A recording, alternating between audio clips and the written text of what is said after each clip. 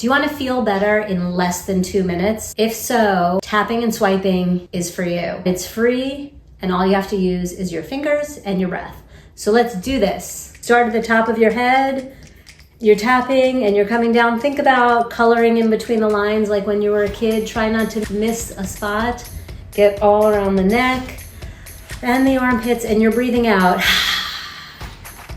And then you go around the girls and into the other armpit. You're breathing. You get the liver, the stomach, the pancreas, the spleen, the intestines, the ovaries, the uterus. To get the back side of the body, I like to use my fists or my knuckles all the way into the hips and relax. That's tapping. And now we can swipe. Wipe sand off of your arm all the way, and make sure if your joints hurt, besides taking some joint support, you swipe past. And stop for a second and feel the difference in your two arms. This one feels like a brick, this one feels like a feather. And so I'm gonna do the other side, and I'm showing you how we can do this in less than 2 minutes. Shake it out, breathe out, swipe down your legs. I already feel better.